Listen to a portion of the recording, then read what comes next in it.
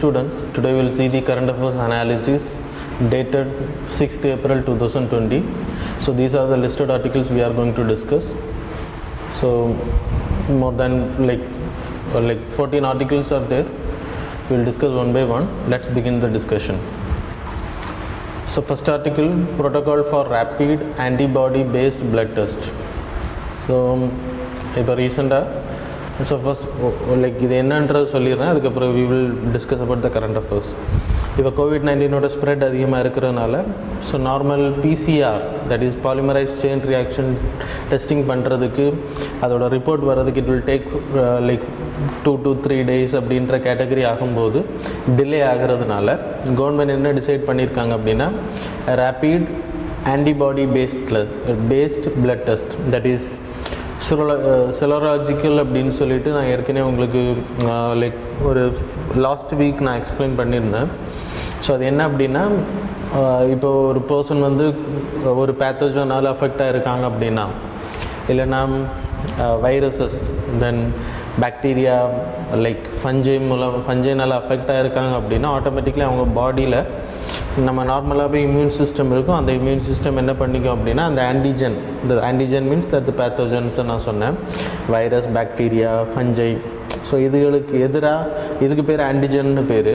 இந்த ஆன்டிஜன்னு லைக் நம்ம உடம்புக்குள்ளே போயிடுச்சு அப்படின்னா அதை கொல்றதுக்காக இல்லைனா நம்ம பாடியை ஆன்டிஜன்ஸ்கிட்டேருந்து ப்ரொடெக்ட் பண்ணுறதுக்காக நம்மளோட இம்யூன் சிஸ்டம் என்ன பண்ணிக்கும் அப்படின்னா லைக் அலர்ட் ஆகி அந்த லைக் ஆன்டிபாடிஸ் வந்து நம்ம உடம்பில் ப்ரொடியூஸ் ஆக ஆரம்பிக்கும்.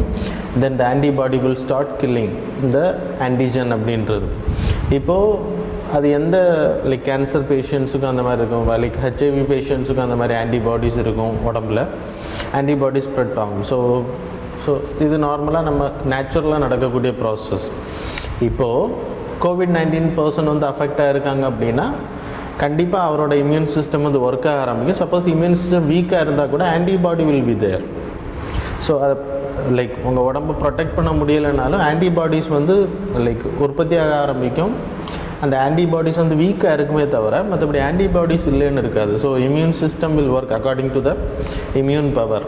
அது ஏன் வந்து சின்ன குழந்தைங்களுக்கு அதிகமாக இது அஃபெக்ட் ஆகலை அப்படின்னா இந்த ரீசன் இஸ் இம்யூன் வந்து நல்லா இருக்கும். ஏன் வந்து 40 இயர்ஸுக்குள்ளாடி உள்ளவங்க டெத் ரேட் நம்ம இந்தியாவை பொறுத்த வரைக்கும் கம்மியாக இருக்குது, இல்லைன்னா வேர்ல்டை பொறுத்த வரைக்கும் கம்மியாக இருக்குது அப்படின்னா இந்த immune system is very proper. நிறைய பேர் அதுலேயும் இறக்குறாங்க அப்படின்னா already they having some like immune சிஸ்டத்தில் ப்ராப்பராக இல்லை, இல்லைன்னா ஏதாவது ஒரு டிசீஸ் முன்னாடி அஃபெக்டாக இருக்கக்கூடிய பர்சன், டயபெட்டாலஜி லைக் டயபெட்டிஸ் பேஷண்ட்ஸ், இல்லைன்னா like failure patients, organ failure patients தான் அவங்க இறந்து போகிறாங்க 40 இயர்ஸுக்கு கீழே உள்ளவங்க. ஆனால் நார்மலாக வெளிநாடுகள்லாம் அதிகமாக இறக்கக்கூடியது இந்தியாவை பொறுத்த வரைக்கும் அது டிஃப்ரெண்ட்டாக இருக்குது. ஆனால் வெளிநாட்டிலலாம் அதிகமாக இறக்கக்கூடியது வந்து 40 இயர்ஸுக்கு மேலே 50, 57, 60 அந்த கேட்டகரியில். அதுவும் ரொம்ப லைக் ஹெல்த்தியாக இருக்கிறவங்க, எந்த நோயும் இல்லை அப்படின்றப்போ அவங்களையும் மீட் எடுக்கிறாங்க நிறைய இடங்கள்ல நம்ம பார்க்குறோம். எக்ஸாம்பிள் இந்தியாவில் 102 வயசானவங்க, 83 வயசானவங்கெல்லாம் கேரளாவில் சேஃப்கார்ட் பண்ணப்பட்டாங்க COVID-19 அஃபெக்ஷன் வந்ததுக்கப்புறமே. அது காரணம் என்னென்னா அவங்களோட இம்யூன் சிஸ்டம் வந்து ப்ராப்பராக இருந்தது ஒரு ரீசன். ஸோ எனிவே இப்போ இந்த ஆன்டிபாடிஸ் வந்து நம்ம உடம்புல நார்மலாக சுரக்க ஆரம்பிக்கும். ஸோ இந்த ஆன்டிபாடிஸ் வந்து ஆன்டிஜனாக லைக் கில் பண்ண ஆரம்பிக்கும், இல்லைனா அவங்க பாடியை ப்ரொடெக்ட் பண்ண ஆரம்பிக்கும். இதான் அதோட பர்பஸ். அப்போ COVID-19 வந்து ஒரு பர்சனுக்குள்ளாடி லைக் அஃபெக்ட் ஆகுது அப்படின்னா அவரோட ஆன்டிபாடி வந்து ஃபங்க்ஷன் ஆக ஆரம்பிச்சோம், லைக் ஆன்டிபாடிஸ் வந்து உற்பத்தியாக ஆரம்பிக்கும். அந்த ஆன்டிபாடிஸ் போயிட்டு அந்த ஆன்டிஜனை தாக்க ஆரம்பிக்கும். ஸோ அது according to the immune system அது எந்த அளவுக்கு எஃபெக்டாக இருக்குன்றது வி ஹவ் டு சி. நான் அது சொன்ன மாதிரி நிறைய பேங்களுக்கு இம்யூன் பவர் அதிகமாக இருக்கும், நிறைய பேங்களுக்கு இம்யூன் பவர் ரொம்ப வீக்காக இருக்கும். அதனால தான் டெத் ரேட் அதிகமாக இருக்குதுன்னு நான் சொன்னேன் உங்களுக்கு.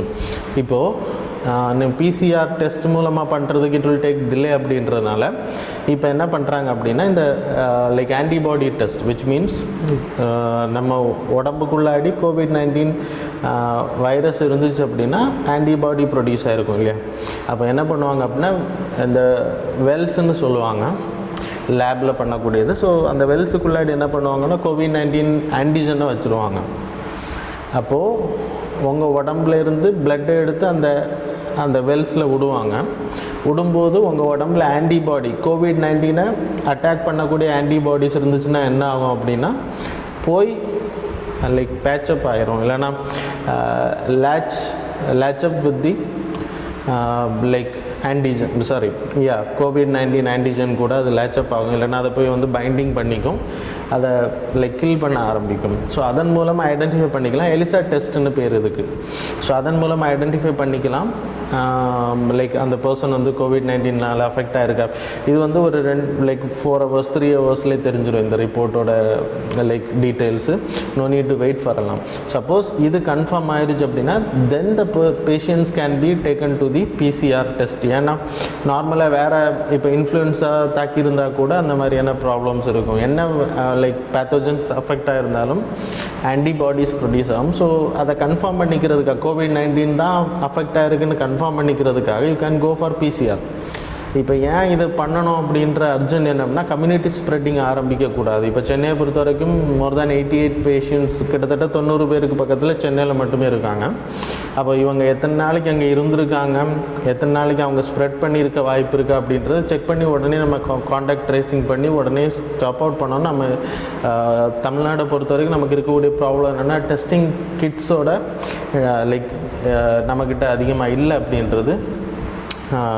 இந்த April 9th we will get the rapid antibody test. அது கிட்டத்தட்ட ஒரு கொஞ்சம் நேரத்தில் ஒரு 2 hours இல்லைன்னா 3 hours எனக்கு தெரில கிளியராக. ரேப்பிட் ஆன்டிபாடின்றது ரொம்ப சீக்கிரமாக அதுக்கு ரிசல்ட் தர்றதுக்கான வாய்ப்பு அதிகம். ஸோ அது வந்து கிட்டத்தட்ட நிறைய கிட்ஸ் வந்து வரப்போகுது. அதன் மூலமாக செக்கிங் வந்து April 9th 10th அதிகமாகும். 9th வந்து கிட்ஸ் வருது, 10th அதிகமாகும் அப்படின்றத தமிழ்நாடு கவர்மெண்ட் அனௌன்ஸ் பண்ணார். Anyway it is a welcome one. So இதான் அந்த டெஸ்ட்டை பொறுத்த வரைக்கும். அது இன்றைக்கி நம்ம நிறைய பண்ணணும். தமிழ்நாடை பொறுத்த வரைக்கும் நம்மகிட்ட கிட்ஸ் கம்மியாக இருக்கிறனால செக்கிங் வந்து ப்ராப்பராக பண்ணுறதில்ல. அதுவும் ஒரு ட்ராபேக்னு சொல்லலாம். இப்போ ICMRோட ரெக்கமெண்டேஷனில் அது வருது. So the apex body of India for formulation of coordination medical research பண்ணுறது, கோஆர்டினேட் பண்ணக்கூடிய பாடி இவங்க. டிசீஸை கண்ட்ரோல் பண்ணுறது, இதே மாதிரி எபிடமிக்ஸை ஸ்டாப் பண்ணுறதுக்கு என்னென்ன பண்ணணும், கவர்மெண்ட்ஸ் என்னெல்லாம் மெஷர்ஸ் இருக்கணும்னு கவர்மெண்ட்டுக்கு ஆலோசனை கொடுக்கக்கூடியவங்க. ஃப்யூச்சரில் எந்த மாதிரியான ரிசர்ச் பண்ணணும், எந்தெந்த மெடிசின்ஸ் எல்லாம் கண்டுபிடிக்கப்படணும் அப்படின்ற வேலைகளும் இவங்க செய்வாங்க. Ministry of health and like family welfares கீழே இந்த டிபார்ட்மெண்ட் வருது. சரியா? So that's all. இந்த செகண்ட் நியூஸை பொறுத்தவரைக்கும் கிளஸ்டர் டிரான்ஸ்மிஷன். கிளஸ்டர் டிரான்ஸ்மிஷன் என்ன அப்படின்னா, இப்போது நம்ம ரீசெண்டாக லைக் டெல்லியில் நடந்த அந்த மீட்டிங் மூலமாக ஸ்ப்ரெட்டிங் அதிகமாச்சு. அதான் கிளஸ்டர் டிரான்ஸ்மிஷன். ஸோ ஒரு குரூப் ஆஃப் லைக் ஒரு COVID-19 அஃபெக்டட் பர்சன் அங்கே இருக்கார் அப்படின்னா அவர்கிட்ட இருந்து அந்த ஒரு குறிப்பிட்ட பாப்புலேஷன் கிட்ட இருந்து it will spread to the sub population. They are also related to the same ஸ்பேஸில் இருப்பாங்க, சேம் டைம் பீரியடில், ஃபேமிலி, ஒர்க் பிளேசஸ் எக்ஸெட்ரா, இல்லைனா மாஸ்க்கு, சர்ச்சஸ், இல்லைனா டெம்பிள்ஸாக இருக்கட்டும், மக்கள் அதிகமாக கூடக்கூடிய பகுதிகளில் இந்த மாதிரியான கம்யூனிட்டி டிரான்ஸ்மிஷன் இல்லது கிளஸ்டர் டிரான்ஸ்மிஷன். ஸோ இது நடக்கிறதுக்கான வாய்ப்பு இருக்குது. ஒரு பர்சன்கிட்ட இருந்து நிறைய பேருக்கு ஸ்ப்ரெட் ஆகிறது. ஷாப்பிங் காம்ப்ளெக்ஸஸ் இந்த மாதிரி சில வேளை அது 4 person வரைக்கும் போகிறதுக்கான வாய்ப்பு இருக்குது. ஏன்னா லைக் COVID-19 ஸ்ப்ரெட் ஆகக்கூடிய பர்சன் வந்து அவர் வந்து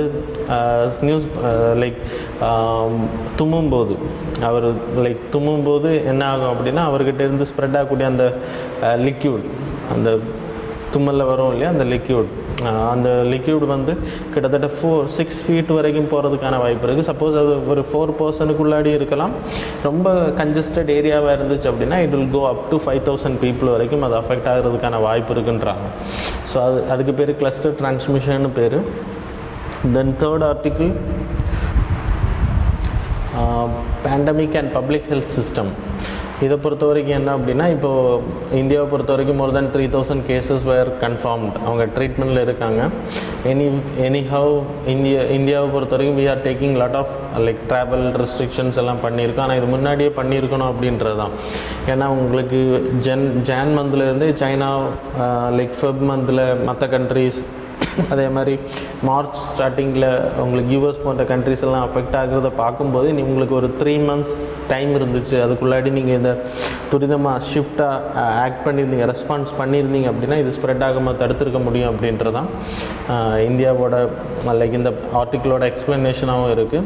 ஸோ இந்தியா இதை எப்படி ஹேண்டில் பண்ணுது அப்படின்றத இந்த ஆர்டிக்கிள் எக்ஸ்பிளைன் பண்ணுறாங்க. So is COVID-19 threatening our public health system? So நம்மளோட பப்ளிக் ஹெல்த் சிஸ்டமை வந்து த்ரெட்னிங் பண்ணுதா அப்படின்னு கேட்டாச்சுன்னா நான் உங்களுக்கு சொன்ன மாதிரி லைக் ட்ராவல்ஸ் எல்லாம் ரெஸ்ட்ரிக்ட் பண்ணுறோம். கிட்டத்தட்ட நிறைய பேரை நம்ம ஸ்க்ரீனிங் பண்ணியிருக்கோம். முன்னாடி நம்ம எபோலா நோய், நிப்பா வைரஸ் வந்தப்போ இதே மாதிரி சில இடங்களில் அவுட் பிரேக் ஆகும். இப்போ கேரளாவில் அவுட் பிரேக் ஆனப்போ they having the experience. That's the reason இன்றைக்கி COVID-19 அங்கே ஸ்ப்ரெட்டிங் அதிகமாக இருந்தாலும் நிறைய பேர் அஃபெக்டாக இருந்தாலும் தே ஹேவ் கண்ட்ரோல்டு இட். அங்கே டெத்தும் கம்மி, ஒரு 2% என்னமோ தான் இறந்துட்டு போயிருக்காங்க அப்படின்றது. ஸோ அதை நம்ம அப்லோட் பண்ண வேண்டிய விஷயம். கேரளாவோட experience, they have studied a lot. ஆனால் இதெல்லாம் சந்தித்த இந்தியன் கவர்மெண்ட் இன்னும் படிக்கலை அப்படின்றது தான். நிறைய விஷயங்கள் நம்ம சந்திச்சிருக்கோம். குவாரண்டைன் அப்படின்ற விஷயங்களெல்லாம் நம்ம முன்கூட்டியே பண்ணியிருந்தோம் அப்படின்னா இதை தடுத்திருக்கலாம் அப்படின்றத இந்த ஆர்டிக்கிள் சொல்லுது. அதே மாதிரி நம்ம இந்தியாவை பொறுத்த வரைக்கும் நம்மளோட expenditure on health is very low.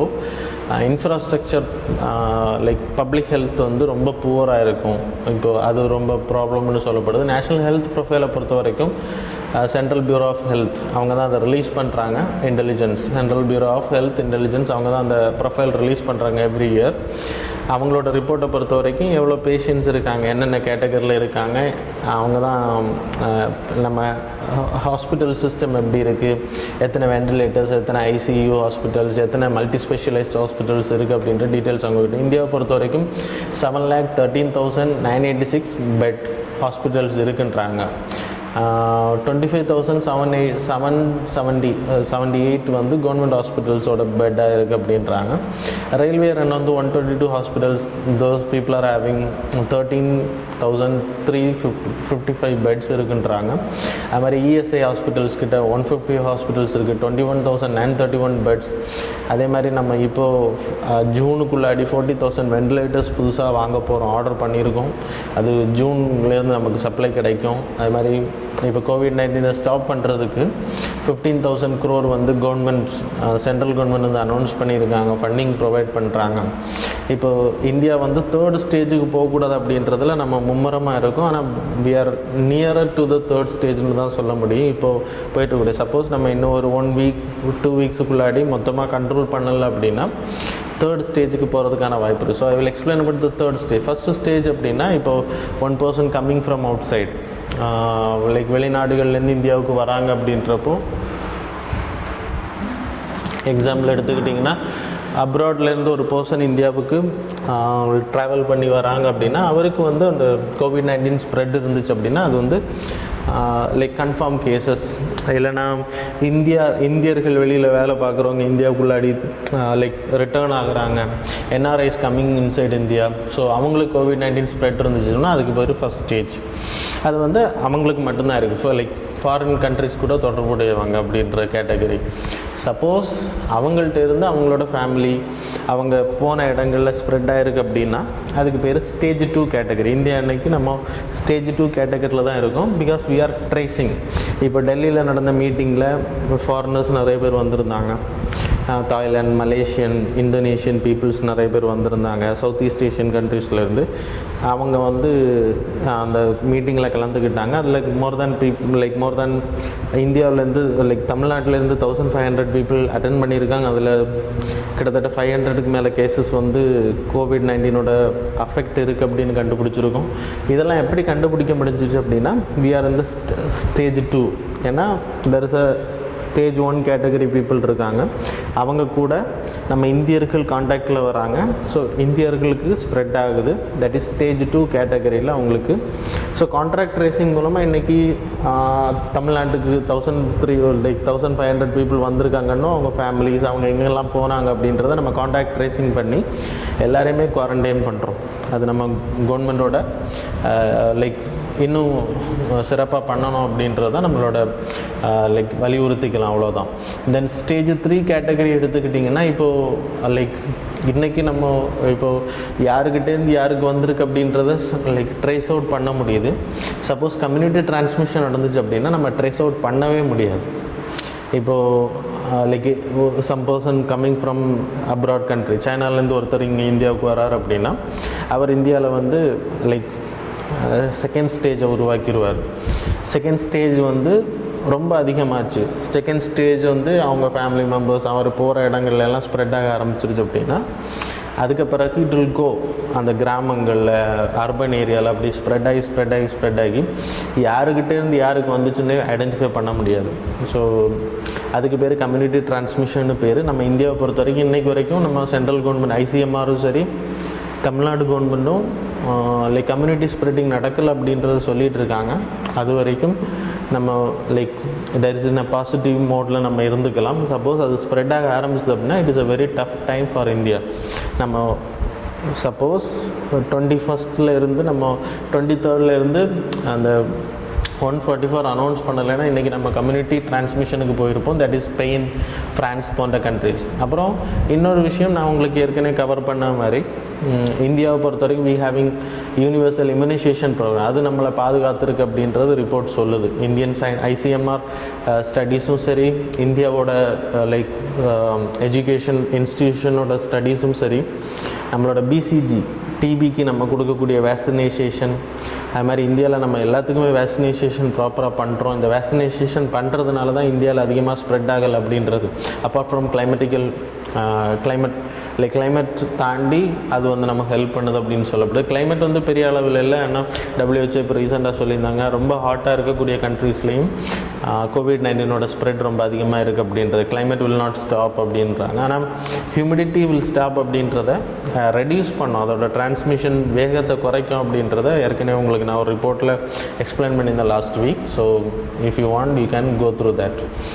தென் இந்தியாவோட பப்ளிக் ஹெல்த் சிஸ்டம் செனாரியோ எடுத்துக்கிட்டால் நம்ம இன்றைக்கி ஃபுல் சர்வேலன்ஸில் இருக்கோம். கிட்டத்தட்ட 1700 டிஸ்ட்ரிக்ஸை வந்து நம்ம சர்வேலன்ஸ் பண்ணிகிட்ருக்கோம். நம்மளோட டிடெக்ஷன் வந்து ப்ராப்பராக இருக்குது. ரேப்பிட் ரெஸ்பான்ஸ் டீம் வந்து ஆக்டிவாக ஒர்க் பண்ணுறாங்க. நம்ம இன்றைக்கி லைக் நிறைய இடங்களில் ஸ்ப்ரெட் ஆகிருக்கக்கூடிய இடங்களெல்லாம் லாக் பண்ணியிருக்கோம்.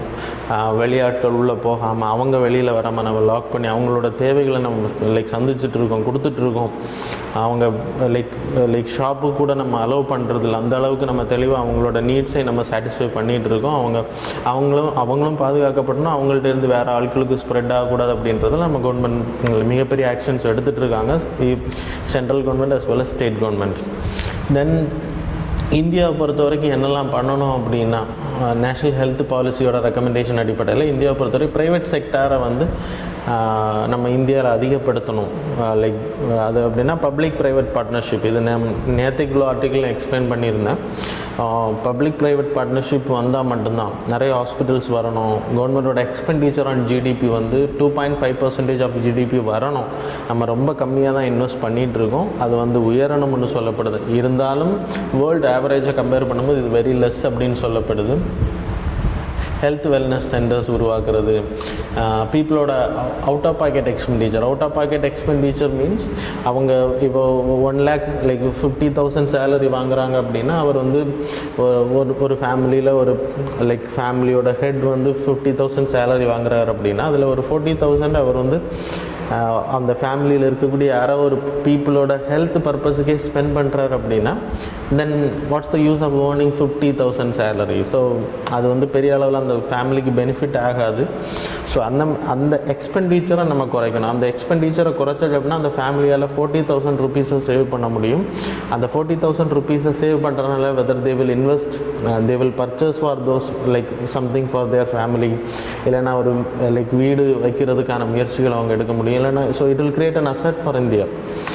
சேவிங்ஸில் போட்டால் கூட அது கவர்மெண்ட்டோட சர்க்குலேஷனில் வரும், கவர்மெண்ட்டோட இன்வெஸ்ட்மெண்ட் கேட்டகரியில் வரும். So it will give benefit for India. So that is about அந்த அவுட் ஆஃப் பாக்கெட் எக்ஸ்பெண்டிச்சரை குறைக்கிறதுக்கான ரீசனை நான் சொல்கிறேன். அதே மாதிரி பப்ளிக் ப்ரைவேட் பார்ட்னர்ஷிப் மூலமாக ஹாஸ்பிட்டல்ஸ் உருவாக்கப்படணும். யூனிவர்சல் ஹெல்த் கவரேஜ் இப்போது தாய்லாண்டோட மாடலை நம்ம இந்தியாவில் இம்ப்ளிமெண்ட் பண்ணணும்னு சொல்லப்படுது. அதுக்கான ரீசன் என்ன அப்படின்னா, இப்போது நான் உங்களுக்கு நேற்றுக்கு உள்ள ஆர்டிக்கிளில் சொல்லிட்டேன். உங்களுக்கு பிரதான் மந்திரி ஜன் ஆரோக்கிய யோஜனாவோட இந்த ஆயுஷ்மான் பாரத் ஸ்கீம் வந்து கோவிட்-19க்கு வந்து யூனிவர்சல் ஹெல்த் கவரேஜ் கேட்டகரியில் கொடுக்க போகிறாங்க அப்படின்றத சொல்லிட்டேன். நம்ம இந்தியா பொறுத்தவரை யூனிவர்சல் ஹெல்த் கவரேஜ் கேட்டகரியில் Ayushman Bharat scheme is a good scheme. அது ப்ராப்பராக இம்ப்ளிமெண்ட் பண்ணப்படணும், எல்லாருக்குமே அந்த பெனிஃபிட் வந்து போய் சேரணும் அப்படின்றது.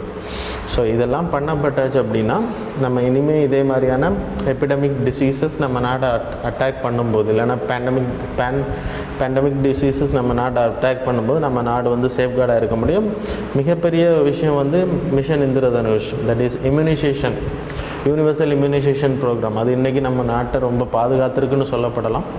ஸோ இதே மாதிரியான இஷ்யூஸை நம்ம எடுத்துக்கணும். ஃப்யூச்சரில் என்ன மாதிரியான டிசீஸ் வந்து ஸ்ப்ரெட் ஆகுதுன்னு நமக்கு சொல்ல முடியாது. அதனால் எல்லாத்துக்குமே we have to be prepared அப்படின்றதான் இந்த ஆர்டிக்கிளோட எக்ஸ்ப்ளனேஷன். தென் ஃபோர்த் நியூஸ் வந்து complete export ban on hydroxychloroquine. So இது வந்து நம்ம இந்தியாவில் தயாரிச்சிட்ருக்கோம். இது ஆன்டி மலேரியல் ட்ரக் இந்தியாவை பொறுத்த வரைக்கும், இல்லை வேர்ல்டை பொறுத்த வரைக்கும்னு சொல்லலாம். இது இன்றைக்கி நம்ம மார்ச் 25 வெளிநாடுகளுக்கு ஏற்றுமதி பண்ணுறதை ஸ்டாப் பண்ணிட்டோம். ஆனால் சில ஹியூமனிடேரியன் ஸ்டேட்டஸில் நம்மளோட புவர் கண்ட்ரிஸு நம்ம ஹெல்ப் பண்ணணும் அப்படின்றதுனால சில கண்ட்ரிஸ், எக்ஸாம்பிள் மால்தீவ்ஸுக்கு நம்ம ஏற்றுமதி பண்ணியிருக்கோம், அவங்களுக்கு நம்ம ஹெல்ப் பண்ணியிருக்கோம். ஸோ அதே மாதிரி அவங்களுக்கு நம்ம ஆன்டி ஹெச்ஐவி ட்ரக்ஸையும் நம்ம அனுப்பி கொடுத்துருக்கோம். ஸோ அதே மாதிரி இப்போது நம்ம வெளிநாடுகளுக்கு மொத்தமாக இப்போ ஹியூமனிடேரியன் அசிஸ்டன்ஸ், ஏன்னா நம்ம இந்தியாவை பொறுத்த வரைக்கும் கோவிட்-19 ஸ்ப்ரெட் அதிகமாக இருக்கிறனால எந்த ஒரு காரணத்தை கொண்டும் எக்ஸ்போர்ட் பண்ணக்கூடாது அப்படின்றது தெளிவாக சொல்லியிருக்கோம். கவர்மெண்ட்டோட ரெஸ்ட்ரிக்ஷன்ஸ் போட்டிருக்காங்க. ஈவன் ஸ்பெசிஃபிக் எக்கனாமிக் ஜோனில் உருவாக்கக்கூடிய பொருள் ஹைட்ராக்சி குளோரோக்வின் கூட எக்ஸ்போர்ட் பண்ணக்கூடாது. ஸ்பெசிஃபிக் எக்கனாமிக் ஜோன் உங்களுக்கு தெரியும், இந்தியாவில் இருக்கக்கூடிய இட்ஸ் அ ஃபாரின் டெரிட்டரின்னு சொல்லலாம். அதில் உருவாகக்கூடிய பொருள் வந்து கவர்மெண்ட் வந்து சப்சிடிஸ் கொடுக்குறாங்க, கவர்மெண்ட் வந்து டேக்ஸ் எக்ஸம்ஷன்ஸ் கொடுக்குறாங்க. அது எதுக்கு அப்படின்னா இந்தியாவில் அந்த பொருளை விற்க முடியாது. இப்போ செஸ் இடத்துல ஒரு சாஃப்ட்வேர் கம்பெனி இயங்குது அப்படின்னா they can sell they have to create in India. அந்த இடத்துல உருவாக்குறாங்க, அதன் மூலமாக எம்ப்ளாய்மெண்ட் கிரியேட் ஆகும்.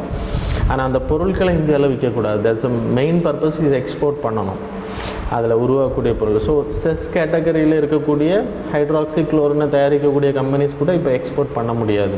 அது மாதிரி அட்வான்ஸ் ஆத்தரைசேஷன் கேட்டகரி, இதுவும் நான் ஒரு 2-3 டேஸ் முன்னாடி நான் உங்களை எக்ஸ்பிளைன் பண்ணியிருந்தேன்.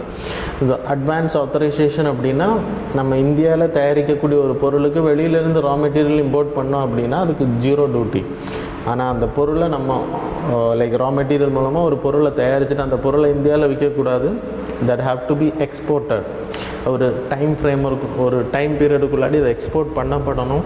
அந்த கேட்டகரியில் ஹைட்ராக்சி குளோரோக்வின் மெடிசன் வந்து இந்தியாவில் தயாரிக்கப்பட்டிருந்தால் கூட நம்ம எக்ஸ்போர்ட் பண்ண முடியாது இப்போதைக்கு. அதை ஸ்டாப் பண்ணியிருக்கு. அதுக்கான ரீசன்ஸ் நான் உங்களுக்கு சொன்னேன்.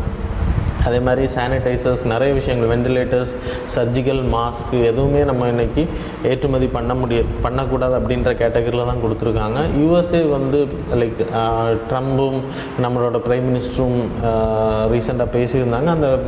அந்த மீட்டிங்கில் Trump requested for to give the medicine. So hydroxy chloroquine அப்படின்ற மெடிசின்ஸ் வந்து எங்களுக்கு தேவை இருக்குது. ஸோ அது டிஸ்கஸ் பண்ணி கொடுக்கறதுக்கான வாய்ப்புகள் இருக்குது. ஸோ கொடுக்கறதுனால என்ன பெனிஃபிட் அப்படின்னா நமக்கும் அமெரிக்காவுக்கு இருக்கக்கூடிய டொமஸ்டிக் ரெக்குயர்மெண்ட்ஸ் வந்து சாட்டிஸ்ஃபை பண்ண முடியும். அவங்களும் அவங்களோட சேஃப்கார்டை பண்ண முடியும். நமக்கும் லைக் அவங்க மூலமாக நமக்கு நிறைய எக்யூப்மெண்ட்ஸ் கிடைக்கிறதுக்கான வாய்ப்பு இருக்குது. எக்ஸாம்பிள் எடுத்துக்கிட்டிங்கன்னா நமக்கு ஸ்டென்ஸ் எல்லாம் ரொம்ப ரேட்டில் தான் அவங்க கொடுத்துட்ருக்காங்க. அதில் எல்லாத்துலேயுமே நமக்கும் அவங்களுக்கும் நிறைய ட்ரேட் டிஸ்பியூட்ஸ் இருக்குது. அதையெல்லாம் இதன் மூலமாக நம்ம ப்ரொவைட் பண்ணுறது மூலமாக அந்த விஷயங்களெல்லாம் நெகோஷியேட் பண்ணி முடிக்கிறதுக்கான வாய்ப்பு இருக்குது. அதுவும் இங்கே சொல்லப்படுது. தென் ஃபிஃப்த் நியூஸ் வந்து ஃப்ராட் ஓவர்சைட் விங். இது ஒன்றும் இல்லை, ஆர்பிஐ வந்து இப்போது பஞ்சாப் நேஷ்னல் பேங்க் லைக் இஷ்யூவாக இருக்கட்டும், அந்த ஃப்ராடாக இருக்கட்டும், எஸ் பேங்க் ஃப்ராடாக இருக்கட்டும், நம்ம இந்தியாவை பொறுத்த வரைக்கும் நிறைய ஃப்ராட் வந்து அதிகமாகிட்டுருக்கு. ஸோ அந்த ஃப்ராட்ஸை எல்லாம் தடுக்கிறதுக்காக கவர்மெண்ட் என்ன பண்ணியிருக்காங்க, ஸோ ஆர்பிஐ என்ன பண்ணியிருக்காங்க அப்படின்னா இதை தடுக்கிறதுக்கு, கண்காணிக்கிறதுக்கு ஒரு விங்கை உருவாக்குறாங்க. Fraud oversight wing. ஒரு 600 ஆஃபீஸர்ஸ் தலைமையில் இருக்கக்கூடிய ஒரு விங். இது வந்து ஹைலி ஃப்ரெஷ் பீப்புளாக எடுக்க போகிறாங்க. ஆல்ரெடி எக்ஸிஸ்டிங் பீப்புள் கிடையாது. இண்டஸ்ட்ரி பீப்புள், ரொம்ப எக்ஸ்பீரியன்ஸ் கேட்டகரியில் இதை ஹேண்டில் பண்ண தெரிஞ்சவங்கள they are going to recruit. இவங்களுக்கு தனி இயர்லி ட்ரைனிங் கொடுக்கப்படும். Every year the initial training will be provided. Latest டெக்னாலஜியில் ட்ரைனிங் கொடுக்கப்படும். இந்த மாதிரியான விஷயங்கள் பஞ்சாப் நேஷ்னல் இஷ்யூ, அதே மாதிரி எஸ் பேங்க் மாதிரியான இந்த லைக் ஃப்ராட் வந்து இனிமேல் நடக்காமல் இருக்கிறது இந்த டீம் வந்து ஒர்க் பண்ணுவாங்க. ஸோ மெயினாக பஞ்சாப் நேஷ்னல் பேங்கை பொறுத்த வரைக்கும் கிட்டத்தட்ட 11,450 crore டைமண்ட் மர்ச்சன்ட் வந்து நிரவ் மோடி வந்து LOU மூலமாக. So I hope you people know the LOU. So whether I have to explain it?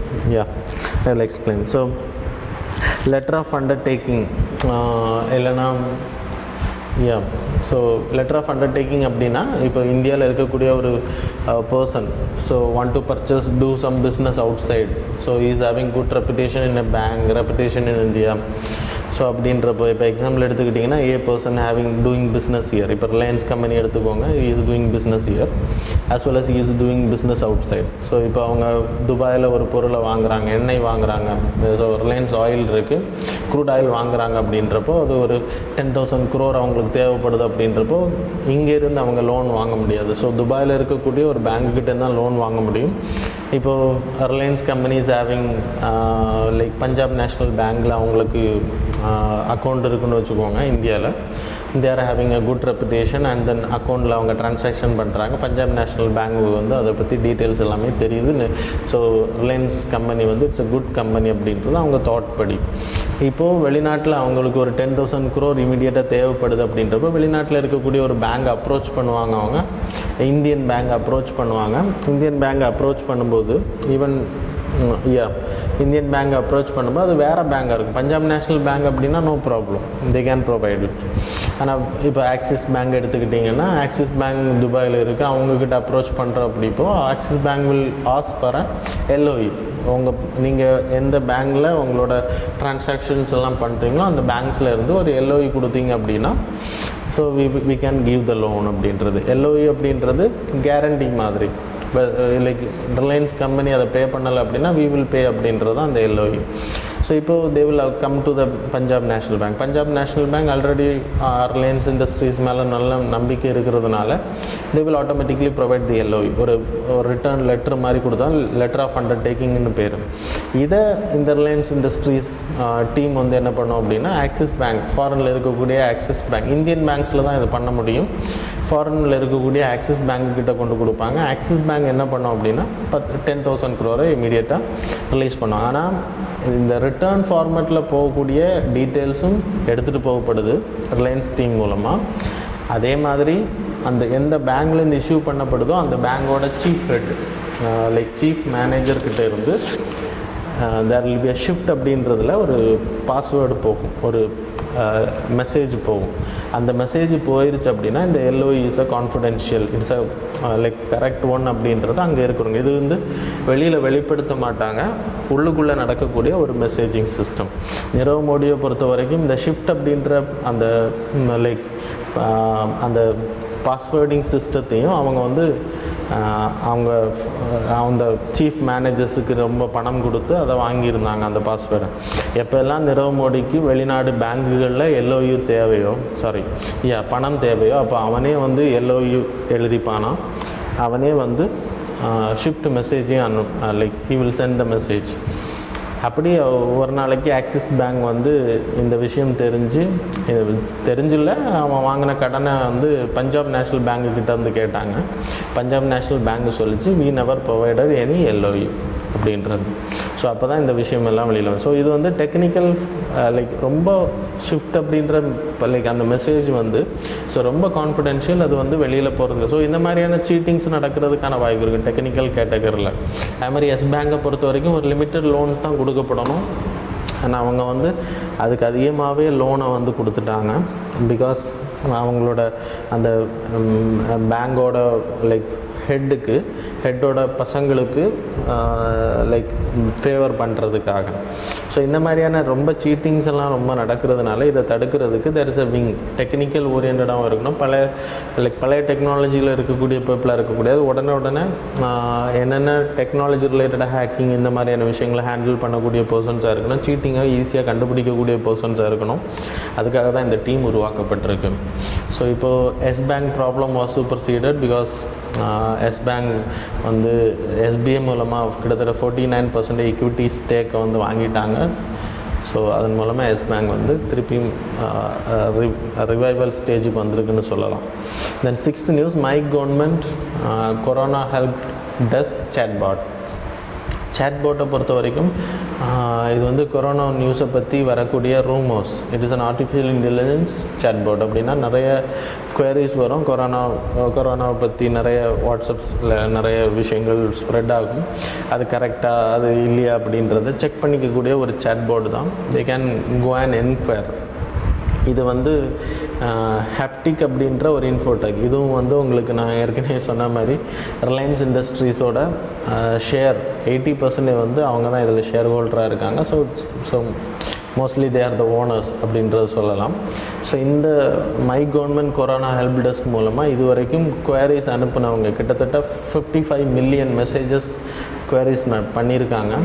அது எத்தனை பேர் அப்படின்னா 20 மில்லியன் யூசர்ஸ், கிட்டத்தட்ட 2 crore பீப்புள் வந்து என்கொயரி பண்ணியிருக்காங்க 13 நாட்கள் அப்படின்றது.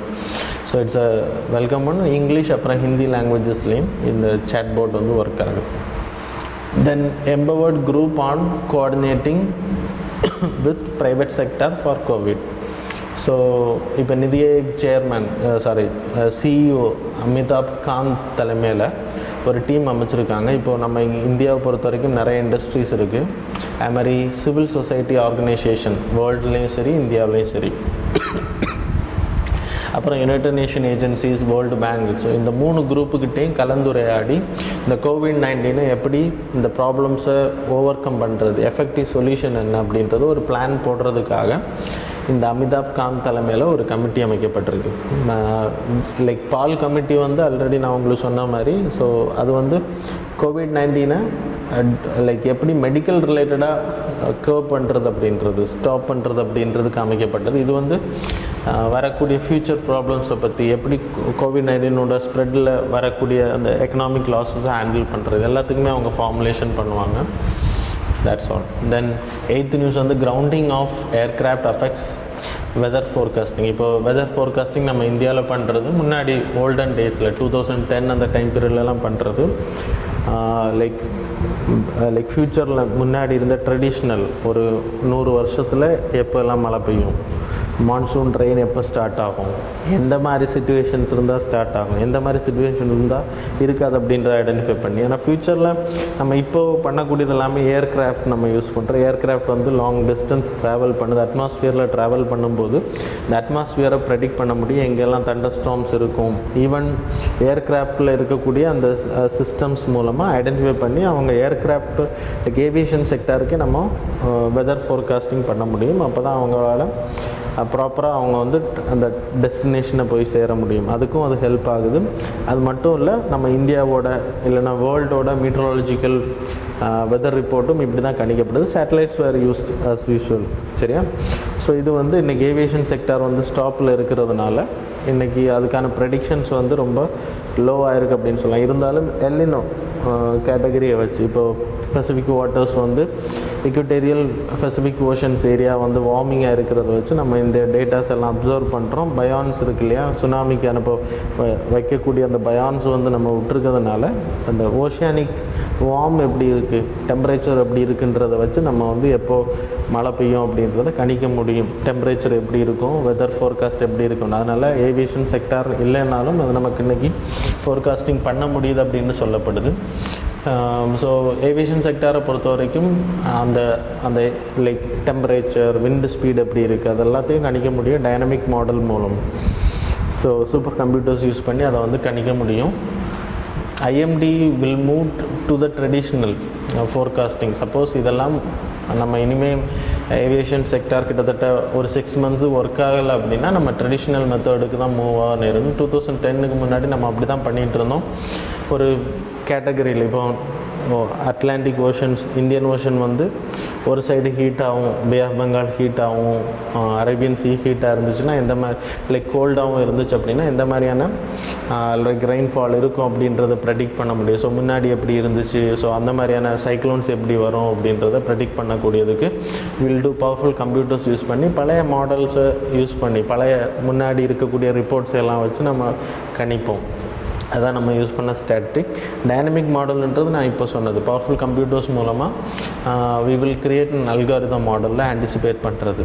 So that is about the அதை பண்ணக்கூடியது. இன்றைக்கி ஏவியேஷன் செக்டார் ஹெல்ப் பண்ணிகிட்டு இருந்துச்சு. இப்போ ஏவியேஷன் செக்டார் ஸ்டாப்பில் இருக்கிறனால நான் லைக் ரிவைவ் ஆகிறதுக்கான வாய்ப்பு இருக்குது இல்லையா. So it is not going to like அப்படியே வித் ஹோல்ட் ஆக போகிறதில்ல. So anyway Indian meteorological department தான் இந்தியாவில் இந்த வெதர் ப்ரெடிக்ஷன் ஃபோர்காஸ்ட்டை பண்ணிகிட்ருக்காங்க. 1875 உருவாக்கப்பட்டது. Ministry of earth sciences of the government of India, அவங்க மினிஸ்ட்ரி கீழே தான் வரும். மீட்ரோலாஜிக்கல் அப்சர்வேஷன் பண்ணுவாங்க, வெதர் ஃபோர்காஸ்டிங் பண்ணுவாங்க, அப்புறம் சிஸ்மாலஜி, ஸோ ரிச்சர் ஸ்கேலை லைக் அந்த சிஸ்மிக் வேவ்ஸை மானிட்டர் பண்ணிகிட்டே இருப்பாங்க. So this then 9th news and 10th news வந்து மைக்ரேஷன் ரிலேட்டடான news. I will explain the both. So இந்தியாவோட மைக்ரேஷன் சேலஞ்சஸ். ஸோ இந்தியாவை பொறுத்த வரைக்கும் மெயின்லி இன்டர்னல் மைக்ரேஷன்ஸ் ரொம்பவே அதிகம். இன்டர்னல் மைக்ரேஷன்ஸ் கேட்டகரி எடுத்திங்கன்னா 3 ட்ரைப்ஸ் கேட்டகரியில் வருது. So people will migrate from villages to cities. அதில் நீங்கள் வில்லேஜ்லேருந்து சிட்டிக்கு அவங்க போகிறாங்க அப்படின்னா ஃபேமிலி எல்லாம் கூட்டிகிட்டு போகிறது கிடையாது. அது மட்டும் இல்லை, அவங்க ஒர்க் பண்ணக்கூடியது எல்லாமே இன்ஃபார்மல் செக்டார்ஸில் ஒர்க் பண்ணுறாங்க. They are not going to work in the formal sectors too. So அப்படின்றப்போ அவங்களோட லைக் அவங்க கிட்டத்தட்ட ஒரு இயரில் நிறைய வாட்டி அவங்க லைக் சிட்டிக்கும் அவங்க வில்லேஜுக்கும் போயிட்டே தான் இருப்பாங்க. இப்போ ரீசெண்டாக என்ன நடந்துச்சு அப்படின்றது நமக்கு தெரியும். இந்த மைக்ரன்ஸுகளோட ப்ராப்பர் ஆன்டிசிபேஷன் இல்லை, நமக்கு ப்ராப்பரான டேட்டாஸ் நம்மக்கிட்ட இல்லை. தமிழ்நாடு கவர்மெண்ட்கிட்ட ஓரளவு இருக்குதுன்னு நான் நம்புகிறேன், கேரளா கிட்டே இருக்குது. ஸோ இப்போ டெல்லியை பொறுத்த வரைக்கும் அது இல்லைன்னு தான் நம்ம சொல்ல முடியும். பிகாஸ் அவங்க அங்கே அவங்களுக்கான உணவு விஷயங்களும் சரி, அவங்க தங்கக்கூடிய விஷயங்களை அவங்க ஏற்பாடு பண்ணி கொடுக்கறதுனால மாஸ் எக்ஸடஸ் ஒரே நேரத்தில் நடந்துச்சு. அது நம்ம பார்த்தோம். அதெல்லாம் ஃப்யூச்சரில் வராமல் தடுக்கப்படணும் அப்படின்றத இந்த ஆர்டிக்கிளோட எக்ஸ்ப்ளனேஷன். ஸோ ஸ்ட்ரக்சரல் அடிக்வன்சிஸ் எடுத்திங்கன்னா அவங்க தங்குறதுக்கும் சரி, அவங்களோட அக்காமடேஷனுக்கும் நம்ம ப்ராப்பராக எதுவுமே பண்ணுறதில்ல. அவங்களுக்கு ப்ராப்பரான லைக் டிரான்ஸ்போர்ட்டேஷன் நம்ம வைக்கிறதில்ல. கவர்மெண்ட் வந்து அவங்களுக்கான விஷயங்களை பண்ணணும், அவங்களுக்கான பாலிசிஸ் போடணும். அவங்களுக்கு ஹெல்த் இன்சூரன்ஸ், இப்போது அவங்க வந்து தமிழ்நாட்டை சேர்ந்தவங்களாக இருக்காங்க, டெல்லியில் இருக்காங்க அப்படின்றப்போ தமிழ்நாட்டோட காப்பீடு திட்டம், தட் இஸ் இன்சூரன்ஸ் வந்து அங்கே ஒர்க் ஆகுற மாதிரி. அதே மாதிரி இப்போ ரீசெண்டாக நம்ம பண்ண ration card, universal ration card திட்டம் நாடு முழுவதும் ஸோ கொண்டு வந்து இட்ஸ் நிறைய ட்ராபேக்ஸ் அதில் சொல்லப்பட்டாலும் மைக்ரண்ட் பீப்புளுக்கு அது ஒரு மிகப்பெரிய பெனிஃபிட்னு சொல்லலாம். இப்போ அவங்க வந்து ஃபேமிலி அங்கே இருக்காங்க அப்படின்னா அவங்க ரேஷன் இங்கே தான் வாங்க முடியுமோ, அங்கே வாங்க முடியாத நிலைமை இருந்துச்சு. இப்போ அவங்க எங்கே இருந்தாலும், டெல்லியில் இருந்தாலும் சரி, வெஸ்ட் பெங்காலில் இருந்தாலும் சரி, அங்கே போய் அவங்க கார்டை வச்சு ration card, so universal PDS system அது வந்து அப்லோட் பட வேண்டிய விஷயம் ஃப்ரம் த மைக்ரேஷன் சைட். சில ட்ராபேக்ஸ் இருக்கலாம், so it will be overcomed. So அது கவர்மெண்ட் தான் பண்ணணும் அப்படின்னு சொல்லக்கூடாது. அவங்களுக்கு ஃபுட்டாக இருக்கட்டும், வாட்டர், அவங்க தங்குறதுக்கான வசதிகள், அவங்களுக்கு ஷெல்டர்ஸாக இருக்கட்டும், எல்லாமே பண்ணி கொடுக்கப்படணும். வே ஃபார்வர்டில் என்ன சொல்கிறாங்க அப்படின்னா, இவங்களோட டீட்டெயில்ஸை ப்ராப்பராக வச்சுருக்கணும். அவங்களுக்கு தேவையான விஷயங்கள், டிரான்ஸ்போர்ட்டேஷன் ஆப்ஷன்ஸ், இந்த மாதிரி ப்ரிவென்ஷன் மெஷர்ஸுக்காக சில ரெஸ்ட்ரிக்ஷன்ஸ் போடும்போது அவங்களுக்கான முன்னேற்பாடுகள் செய்யப்படணும். அதுக்கு எக்ஸாம்பிள் நம்ம தமிழ்நாட்டை பொறுத்த வரைக்கும் அம்மா கேண்டீன். இப்போது டெல்லியில் ஏன் எல்லோரும் ஒரே நேரத்தில் மைக்ரேட் ஆனாங்க அப்படின்னா, அவங்களுக்கு அங்கே இருந்து அவங்கள வெக்கேட் பண்ண சொன்னாங்க. அவங்களுக்கு ஃபுட் இல்லை, அவங்க வந்து டெய்லி வேஜஸ் பார்க்குறவங்க, அவங்களுக்கு ப்ராப்பரான ஃபுட்டு கிடையாது, ஷெல்டர் கிடையாது. அப்போ அவங்களால அங்கே இருக்க முடியாது. கோவிட்-19 சாகிறத விட லைக் கோவிட்-19 லைக் பசியில் சாகிறத விட கோவிட்-19 இப்போ லைக் பாதிக்கப்பட்டால் கூட பரவாயில்லைன்னு சொல்லிட்டு தே ஸ்டார்டட் வாக்கிங். நம்ம தமிழகத்தை சேர்ந்த இளைஞர்கள் கூட நிறைய இடத்துலேருந்து கிட்டத்தட்ட 700 கிலோமீட்டர் ட்ராவல் பண்ணி வந்தாங்க இல்லையா. ஸோ இந்த மாதிரியான அவலங்கள் நம்ம நாடுகளில் நடந்துட்டு தான் இருக்குது. ஸோ பாலிசி மேக்கர்ஸ் அதை கன்சர்ன் பண்ண. ஆனால் தமிழ்நாட்டை பொறுத்த வரைக்கும் லைக் நம்ம அம்மா கேண்டீன், ஸோ அந்த அம்மா உணவகம் அப்படின்ற விஷயம் இருக்கிறதுனால இன்றைக்கி நம்ம வெளி மாநிலத்துலேருந்து நிறைய பேர் மைக்ரேட்டட் ஆகி வந்தாலும் அவங்களுக்கு ஃபுட் பர்பஸ் இல்லை அப்படின்னு சொல்லிட்டு ஃபுட் இல்லை அப்படின்னு சொல்லிட்டு அவங்க வந்து எந்த விதத்திலும் பாதிக்காதபடி நம்ம வந்து அம்மா உணவகத்தின் மூலமாக அவங்களுக்கு இன்றைக்கி ஃபுட்டு கிடைக்கிறதுக்கான வழிமுறை நம்ம பண்ணியிருக்கோம். கிட்டத்தட்ட முன்னாடி அம்மா உணவகத்தில் சேல் ஆகிறத விட அதிகமாக இப்போது ஃபுட்டு வந்து சேல் ஆகுது அப்படின்றது நமக்கு தெரிஞ்சவங்க. லைக் அது மட்டும் இல்லை, நிறைய லைக் ஆதரவற்றவர்கள், லைக் கை கால் லைக் ஸோ டிசேபிள்டு பீப்புள், அவங்க கூட அங்கே போய் உணவுகள் அருந்த முடியும். ஒர்க்கர்ஸ் லைக் டெய்லி வேஜஸ் பண்ணுறவங்க, வெளி மாநிலத்துலேருந்து இப்போ லைக் நார்த் ஈஸ்ட்லேருந்தெல்லாம் வந்தவங்க, they are having food for less prices. So இது அவங்களோட சோஷியல் வெல்ஃபேரை லைக் வளர்க்குது அப்படின்னு சொல்லலாம். லைக் மனுஷன் பசியினால் சாகிறது தடுக்கப்படுது அப்படின்னு சொல்லலாம். தென் 11th நியூஸ் வந்து பிங்க் சூப்பர் மூன், இல்லைன்னா பாஸ்கல் மூணுன்னு பேர். இது வந்து April 7 வந்து வேர்ல்டில், இந்தியாவை பொறுத்த வரைக்கும் 8th இது April 8 இது தெரியும் அப்படின்றாங்க. லைக் இயர்லி ஒன்ஸ் வந்து இது வந்து ரொம்ப க்ளோசஸ்ட்டாக வரக்கூடியது, 2 வாட்டி வரும்னு சொல்கிறாங்க. சூப்பர் மூணுன்னு பேர். லைக் நார்மல் ஃபுல் மூன், இப்போ ஃபுல் மூணு தான், நார்மல் ஃபுல் மூனை விட 7% அதிகமாகவே பக்கத்தில் தெரியும். அது மட்டும் இல்லை, 15% பிரைட்டராகவும் இருக்கும். லைட் வெளிச்சம் வந்து 15% நார்மல் ஃபுல் மூனை விட அதிகமாக வெளிச்சமாகவும் இருக்கும் அப்படின்றது. இப்போ எர்த்தை வந்து இந்த மூணு வந்து ஓவல் ஷேப்பில் அந்த எலிப்டிக்கல் ஆர்பிட்டில் சுற்றி வருது. அப்போ எலிப்டிக்கல் ஆர்பிட் அப்படின்றப்போ அப்போஜி அண்ட் தென் பெரிஜி அப்படின்ற 2 கேட்டகரி. அப்போஜி அப்படின்னா ஃபார்த்தஸ்ட் ஃப்ரம் தி எர்த், பெரிஜி அப்படின்ற கேட்டகரி ரொம்ப நியரஸ்ட் டு த எர்த்து. கிட்டத்தட்ட அப்போஜி கேட்டகரியில் நம்ம மூணு வந்து எர்த்தை விட்டு வெளியில் போகும்போது 4,05,500 கிலோமீட்டர்ஸ் வந்து எர்த்தை விட்டு வெளியில் போகுது. அதே இது அப்போஜி பெரிஜி கேட்டகரியில் நியரஸ்ட் டு த கேட்டகரியில் வர்றது வந்து 3,63,300 கிலோமீட்டர்ஸ் அப்படின்னு சொல்லப்படுது. ஸோ இது வந்து சூப்பர் மூன் அப்படின்னு பேர். பிங்க் மூணுன்னு ஏன் சொல்கிறாங்க அப்படின்னா, அமெரிக்காவில் அந்த பிங்க் வைல்ட் ஃப்ளவர்ஸ்னால அதுக்கு அந்த பேரை வச்சுருக்காங்க. இந்த டைம் பீரியடில் அங்கே பிங்க் கலரில் அந்த ஃப்ளவர் வளரும். அது மாதிரி இதுவும் வந்து பிங்க் கலரில் தெரியும் அப்படின்றதால அது மாதிரி பாஸ்கல் மூன் அப்படின்றது கிறிஸ்டியன் கேலண்டரில் லைக் ஏப்ரல் அந்த டைம் பீரியடில் ஃபஸ்ட்டு இந்த சூப்பர் மூன் இல்லைன்னா அந்த லைக் ஃபுல் மூன் அப்பியர் ஆனதுக்கு பிறகு அந்த முதல் என்னைக்கு அப்பியர் ஆகுதோ அதில் அடுத்து வரக்கூடிய லைக் சண்டேக்கு வந்து ஈஸ்டர் சண்டேன்னு பேர். ஸோ அது செலிப்ரேட் பண்ணிக்கிறேன். So that's why it is called as Pascal மூணுன்னு பேர். That is not important. So super மூணுன்னா என்னென்னு தெரிஞ்சுக்கோங்க, that's all. Then comparing current crisis with the great depression. So இன்றைக்கி COVID-19 வரக்கூடிய லைக் ப்ராப்ளம் வந்து க்ரைசிஸ் வந்து எக்கனாமிக் க்ரைசிஸ் வந்து 1929 வந்த டிப்ரெஷனுக்கு ஈக்குவல் ஆனது அப்படின்னு சொல்லப்படுது. இன்றைக்கும் அமெரிக்கா தான் அதிகமாக பாதிக்கப்பட்டுச்சு 1929 டிப்ரெஷனால். கிட்டத்தட்ட 25% பீப்புள் வந்து அன்எம்ப்ளாய்டாக மாறினாங்க. இன்றைக்கி COVID-19 கணிப்பு எஸ்டிமேஷன் என்ன அப்படின்னா, இன்றைக்குள்ள கணிப்பு 13% பீப்புள் வில் பிகம் அன்எம்ப்ளாய்டு அப்படின்னு சொல்லப்படுது. டிப்ரெஷன்னா என்ன அப்படின்னா, லைக் கிரேட் டிப்ரெஷன் என்ன அப்படின்னா 1929 இந்த டே நியூயார்க் ஸ்டாக் எக்ஸ்சேஞ்ச் ஒரே நாளில் 25% அதோட ப்ரைஸ் விழுந்தது. டிமாண்ட் இல்லாமல் அதோட யூஎஸோட மானிட்டரி பாலிசி வந்து சிஸ்டம் ப்ராப்பராக இல்லாதனால கோல்டு ஸ்டாண்டர்ட் அப்படின்ற அன்றைக்கி டாலரை வச்சு ஃபிக்ஸ் பண்ண மாட்டாங்க, கோல்டை ஒரு ஸ்டாண்டர்டாக ஃபிக்ஸ் பண்ணியிருந்தாங்க. அதன் மூலமாக இண்டெக்ஸ், அதன் மூலமாக ட்ரேடிங் நடக்கிறதுனால வேர்ல்டு ஃபுல்லாகவே அது வந்து பெரிய அளவில் பாதிக்கப்பட்டுச்சு. யூரோப்பியன் கண்ட்ரிஸ் அதிகமாக விழுந்துச்சு. அது லைக் 47% ஹோல்சேல் ப்ரைஸ் இண்டெக்ஸ், அப்புறம் 33% கம்மியாச்சு. அதே மாதிரி ஜிடிபி வந்து ரொம்ப டவுன் ஆச்சு.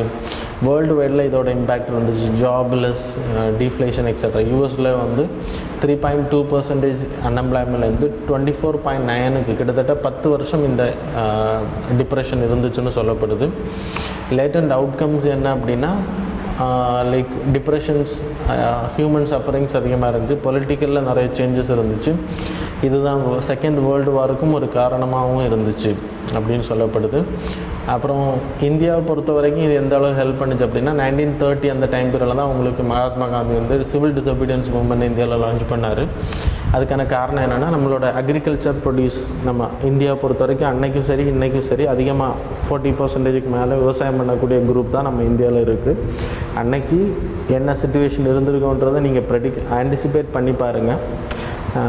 லைக் கண்டிப்பாக அவங்களுக்கு பெரிய டிஸ்ட்ரெஸ் தான் இருந்திருக்கும்.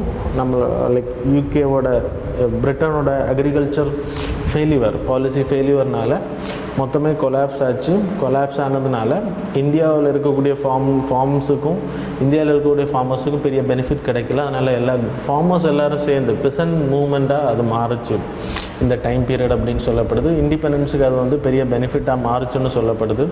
Rural India mainstreamed into freedom struggle, அதான் மெயின் ரீசன். கிசான் சபாஸ் started in like Bihar and eastern UP. காங்கிரஸுக்கு இதுக்குள்ள பெரிய பெனிஃபிட் ஆச்சு. 1936 அவங்க எலெக்ஷனில் பார்ட்டிசிபேட் பண்ணால் அதில் நிறைய இடங்களில் அவங்க தான் ஜெயித்தாங்க. அதுவும் ஒரு ரீசன். இந்தியன் மூமெண்டத்தை பற்றி நான் சொன்னேன். அதே மாதிரியான ஒரு சுச்சுவேஷன் தான் எனக்கு டிப்ரெஷன் சுச்சுவேஷனுக்கு நோக்கி தான் இந்தியா வேர்ல்டு போயிட்டுருக்கு அப்படின்றது இந்த COVID-19 கிரைசிஸ்னால அப்படின்றது இந்த ஆர்டிக்கிள் மென்ஷன் பண்ணுறாங்க. அப்புறம் ஸ்லோ டவுன், ரெசஷன், டிப்ரெஷன், இது ஏற்கனவே நான் உங்களுக்கு ஒரு ஆர்டிக்கிளில் எக்ஸ்பிளைன் பண்ணியிருந்தேன். ஸ்லோ டவுன் அப்படின்னா ஜிடிபி வந்து க்ரோத் வந்து கம்மியாகுது, but it is in positive, நெகட்டிவில் போகலை அப்படின்றதுக்கு பேர் ஸ்லோ டவுன். ரெசஷன்னா என்ன அப்படின்னா தொடர்ந்து ஜிடிபி வந்து நெகட்டிவ் ஃபேஸ்லேயே போகுது.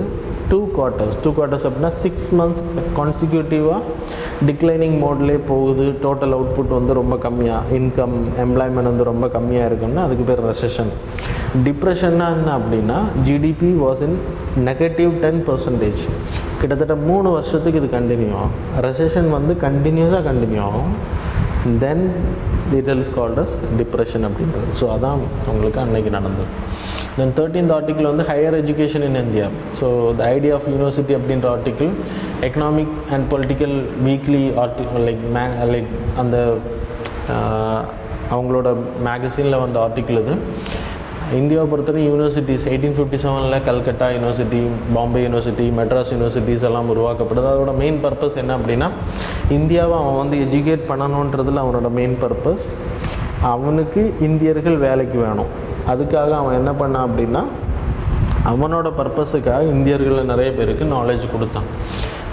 ஆஃப்டர் இண்டிபெண்டன்ஸ் இந்தியாவோட யூனிவர்சிட்டிஸ் என்ன அப்படின்னா idea of state welfarism. So பீப்புளோட பெனிஃபிட்டுக்காக, பீப்புள் உயரணும் அப்படின்றதுக்காக இந்த எஜுகேஷன் சிஸ்டம் கடைபிடிச்சானா எலைட் பீப்புள் தான் அதிகமாக படித்தாங்க அப்படின்றது.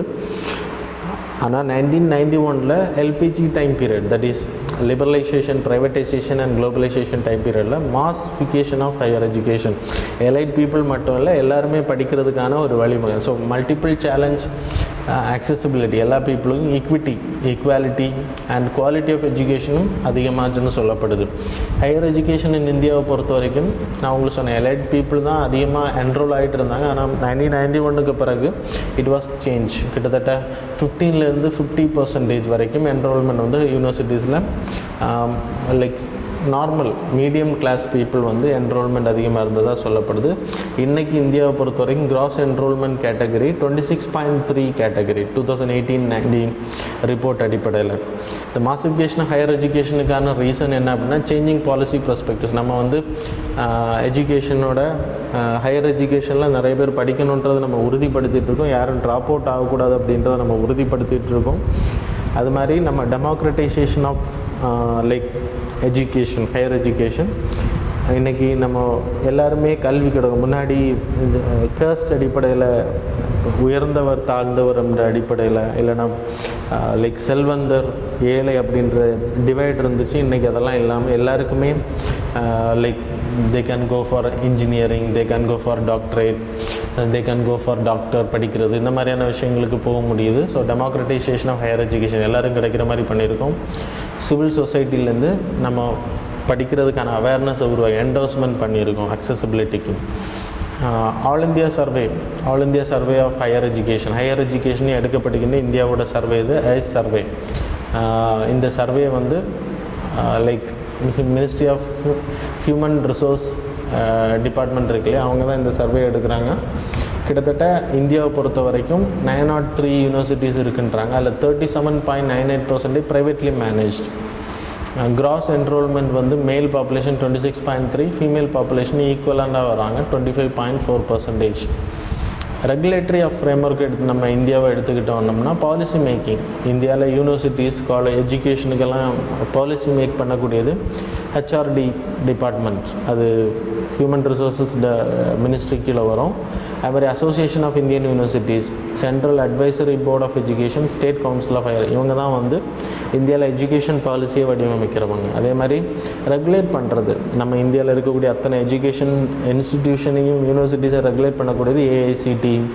அது மாதிரி university grants commission, HECI bill pass ஆகிருச்சு அப்படின்னா higher education commission of India அப்படின்றது உருவாகும். அது மாதிரி மெடிக்கல் கவுன்சில் ஆஃப் இந்தியா இன்னைக்கு கிடையாது, நேஷ்னல் மெடிக்கல் கமிஷன் அது. அப்புறம் ஃபார்மசி கமிஷன் ஆஃப் இந்தியா, அதே மாதிரி like distance education board, NCTE, ICAR agriculture research, ICMR மெடிக்கலுக்கு, அது மாதிரி சிஎஸ்ஐஆர் ஸ்டேட் ரெகுலேட்டர்ஸ் எல்லாமே இருக்காங்க ரெகுலேட் பண்ணுறதுக்காக. அதே மாதிரி அக்ரிடேஷன் கொடுக்குறது, அங்கே லைக் அந்த NAAC அக்ரிடேஷன், அது national assessment and accreditation council, அது மாதிரி NAB அக்ரிடேஷன், இதெல்லாம் காலேஜோட தரத்தை வச்சு இன்ஸ்பெக்ட் பண்ணி அவங்க கொடுக்கக்கூடிய அக்ரிடேஷன்னு சொல்லப்படுது. இதெல்லாம் இன்றைக்கி இந்தியாவில் இருக்குது. நம்ம இந்தியாவில் இருக்கக்கூடிய ஹையர் எஜுகேஷனுக்கான சேலஞ்சஸை நம்ம எடுத்தோன்னா என்டர்பிரைஸ் மாடல். இந்தியாவை பொறுத்த வரைக்கும் அப்ளிகேஷன் ஓரியன்ட் மாடலுக்கு நம்ம போயிட்டோம். இனோவேஷன் லைக் எக்ஸ்ப்ளாய்டேஷன் அதிகமாகிடுச்சு காலேஜஸில் எல்லாமே. நம்மளோட எஜுகேஷன் முறை வந்து ரொம்ப டிஃப்ரெண்ட் அப்படின்னு சொல்லப்படுது. பிடாகி லைக் சிஸ்டம், ட்ரைனிங், அசஸ்மெண்ட் வந்து ரொம்ப புவர் அப்படின்னு சொல்லப்படுது. ஸ்கில்ஸை நெக்லெக்ட் பண்ணுறோம், அனலிட்டிக்கல் ரீசனிங்கை நம்ம நெக்லெக்ட் பண்ணுறோம், கிரிட்டிக்கல் திங்கிங்கை நம்ம நெக்லெக்ட் பண்ணுறோம். ஒன்லி மக்கப்பிங் கான்செப்ட்டுக்கு நேராக நம்ம போயிட்டுருக்கோம். Passive and active like catching up mode. Active catching up mode அப்படின்னா இப்போ டெவலப்டு கண்ட்ரீஸ்லாம் ஃபாலோ பண்ணுறாங்க. அவங்க ஒரு எஜுகேஷன் படிக்கிறாங்க அப்படின்னா அதன் மூலமாக எக்கனாமிக் டெவலப்மெண்ட் உருவாக்குறாங்க. Naturally it will come. அவங்க ஸ்டூடெண்ட்ஸ் ஒரு எஜுகேஷன் படிக்கிறாங்க அப்படின்னா they will become the like capital for the country, இல்லைனா asset for the country, and then economic development அங்கே உருவாகுது. ஆனால் passive and catching up mode அப்படின்னா அங்கே எஜுகேஷன் மட்டும்தான் இருக்கும், ஆனால் no economic development will happen. Economic development இல்லை அப்படின்னா ஆட்டோமேட்டிக்லி ஜாப்லெஸ், அண்டர் டெவலப்மெண்ட் வரும். ஏதோ ஒரு காரணத்துக்காக படிக்கிறத மட்டும், அதான் இன்றைக்கி இந்தியாவில் நடந்துகிட்ருக்கு அப்படின்னு சொல்லப்படுது. நம்ம இந்தியாவில் இருக்கக்கூடிய passive and catching up mode வந்து மெயின்லி ப்ரைவேட் ஆர்கனைசேஷன்ஸ் தான் அதை பண்ணிகிட்டு இருக்கு அப்படின்றாங்க. இந்தியாவை பொறுத்தவரைக்கும் 2 boxes system, that is research institution, university நம்ம பிரித்து வச்சுருக்கோம். நிறைய யூனிவர்சிட்டிஸில் இன்னும் ரிசர்ச் இல்லை. நிறைய ஸ்டூடெண்ட்ஸ் யூனிவர்சிட்டியில் PhD பண்ணிவிட்டு வெளியிடுவாங்க, ரிசர்ச்னால் என்னன்றது தெரிய மாட்டேங்குது. So these are the problems. நம்மளோட ஜிடிபியில் நம்ம ஸ்பெண்ட் பண்ணக்கூடியது வெரி லெஸ் அப்படின்னு சொல்லப்படுது.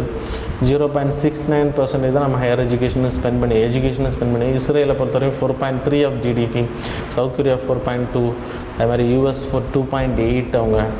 ஸோ அது மாதிரி நம்ம இந்தியாவில் இருக்கக்கூடிய அதர் இஷ்யூஸ் எடுத்திங்கன்னா டீச்சிங் ஃபேக்கல்ட்டி ஷார்ட்டேஜ். நிறைய காலேஜஸில் வேக்கன்சி அதிகம், டீச்சிங்கில் லைக் டீச்சிங் குவாலிட்டி இல்லை, ரிசர்ச் இல்லை, ட்ரைனிங் இல்லை ப்ராப்பராக. என்னத்தை படிக்கிறோம், எதுக்கு ஃப்யூச்சரில் நமக்கு இது எப்படி ஹெல்ப் ஆக போகுது அப்படின்ற ஒரு இது இல்லை.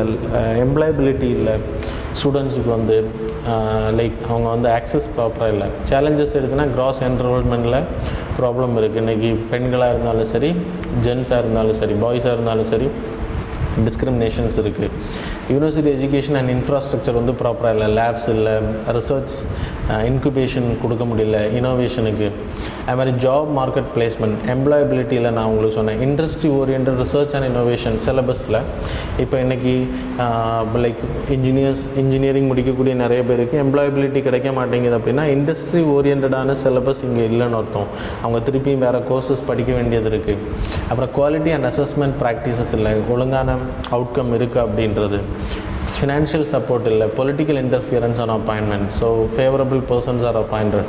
ஸோ வே ஃபார்வர்டு எடுத்துக்கிட்டிங்க அப்படின்னா நேஷ்னல் எஜுகேஷன் பாலிசியோட ரெக்கமெண்டேஷனை தான் சொல்கிறாங்க. 2019 எக்ஸ்பெண்டிச்சரை இன்க்ரீஸ் பண்ணுறது ரெக்கமெண்ட் பண்ணுறாங்க. 2025 50% இன்க்ரீஸ் பண்ணணும் பப்ளிக் எக்ஸ்பெண்டிச்சர். ஃபாரின் யூனிவர்சிட்டிஸில் இந்தியாவில் வைக்கிறதுக்கு அலோவ் பண்ணணும். அதே மாதிரி 3 types of multidisciplinary institution உருவாக்கணும். அது research universities, teaching universities colleges அதிகமாக உருவாக்கப்படணும், ரிசர்ச் ஃபவுண்டேஷன் இன்குபேஷன் சென்டர்ஸ் உருவாக்கப்படணும் அப்படின்றது தான் இந்த ஆர்டிக்கிளோட. So it's a good article. So like every one have to study. இது மெயின்ஸ் பர்ஸ்பெக்டிவில் அதிகமாக ஹெல்ப் பண்ணும் இந்த article. Then 14th article, like the 14th and the final news, like mostly exhausted ஆகிடுச்சுன்னு நினைக்கிறேன். ஸோ நிறைய நியூஸஸ் இருந்ததுனால so have to cover it in elaborate manor. So எதை நான் அதுக்காக லைக் காம்ப்ரமைஸ் பண்ண முடியாது. 14th ஆர்டிக்கிள் வந்து national innovation foundation. National innovation ஃபவுண்டேஷனோட பர்பஸ் என்னன்னா, department of science and technology கீழே வருது. 2000 உருவாக்குறாங்க. அகமதாபாத்தில் இதோட சென்டர் இருக்குது. இந்தியாவில் இனோவேஷனை உருவாக்குற ஸ்டூடெண்ட்ஸ் மத்தியில். ஸோ அதுக்காக உருவாக்கப்பட்டது. இன்றைக்கி கோவிட்-19 சேலஞ்சுக்கான காம்படிஷன் சேலஞ்ச் கோவிட்-19 காம்படிஷன் C3 அப்படின்னு அனௌன்ஸ் பண்ணியிருக்காங்க. அதன் மூலமாக அவார்ட்ஸ் கொடுப்பாங்க. ஸோ இது ரிலேட்டட் இந்தியாவில் இருக்கக்கூடிய லைக் இன்ஸ்பயர் அவார்டு அப்படின்றது, அது மாதிரி MANAK millions mind augmenting national aspiration and knowledge. So கண்டுபிடிப்புகள் ஸ்டார்ட் அப் பண்ணுறவங்களுக்கெல்லாம் அந்த அவார்டு கொடுக்குறாங்க. அப்புறம் மைக்ரோ வெஞ்சர் இனோவேஷன் ஃபண்ட் வந்து இனோவேஷன் சின்ன ஸ்மால் இண்டஸ்ட்ரீஸ், சின்ன இன்குபேஷன் சென்டர்ஸ் ப்ராஜெக்ட்ஸுக்கு எல்லாமே இவங்க வந்து ஃபண்டிங் ப்ரொவைட் பண்ணுறாங்க. அது மாதிரி ignite and annual competition for students ideas innovation conductor. அப்புறம் NIF வந்து ஒரு இன்குபேஷன் அண்ட் என்டர்பிரனர்ஷிப் கவுன்சிலையும் உருவாக்கியிருக்காங்க. இன்குபேஷன் சென்டர்ஸ் ப்ரொவைட் பண்ணுறாங்க. ஸ்டூடெண்ட்ஸ் வந்து யாருக்கு நல்ல ஒரு டெக்னாலஜி ரிலேட்டடாக தாட் இருக்கோ அவங்க போய் ஒரு கம்பெனியை உருவாக்கணும்னு இல்லை, இந்த இன்குபேஷன் சென்டரில் போய்ட்டு அவங்களோட ஐடியாவை வெளிப்படுத்த முடியும். So that is about this article. இதில் நீங்கள் NIF பற்றி தெரிஞ்சுக்கணும், இன்ஸ்பயர் நான் இந்த பாக்ஸில் போட்டிருக்கக்கூடிய அனைத்து விஷயங்களை பற்றி நீங்கள் தெரிஞ்சுக்கணும். So that's all about today's news students. Thanks.